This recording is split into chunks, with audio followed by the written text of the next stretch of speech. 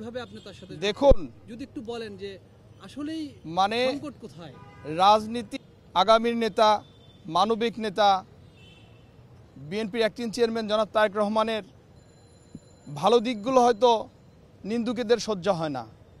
নিন্দুকেরা এ ধরনের কথা বলবেই। আমাদের প্রিয় নেতা জনাব তারেক রহমান নিন্দুকদের এই কথাগুলো আসলে পাত্তা দেন না। উনি ওনার প্রিয় জন্মভূমিতে ফিরবে, বিজয় বেশে ফিরবেন, এটাই স্বাভাবিক। কারণ এই দেশটা স্বাধীন, এই দেশটা ওনার হাতেই শোভা পায়।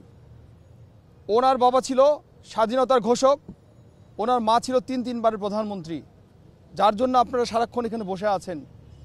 সেই নেত্রীর ছেলে হচ্ছে আমাদের প্রিয় নেতা জনাব তারেক রহমান। উনি এদেশে আসবেন ইনশাল্লাহ, আশা করছি এই বিজয়ের মাসেই ইনশাল্লাহ বাংলাদেশে আসবেন।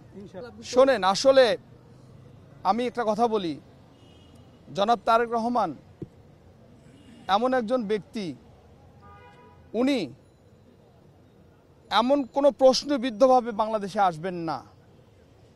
উনি যেটা সাবলীল এবং যেটাই স্বাভাবিক সেটাই সেভাবেই আসবেন, যাতে কোনো প্রশ্নবিদ্ধ না হয়। এ মাসে আসবেন সেটা কি আমরা বলতে পারি? আমি তো বলেছি বিজয়ের মাসে ইনশাল্লাহ আসবেন।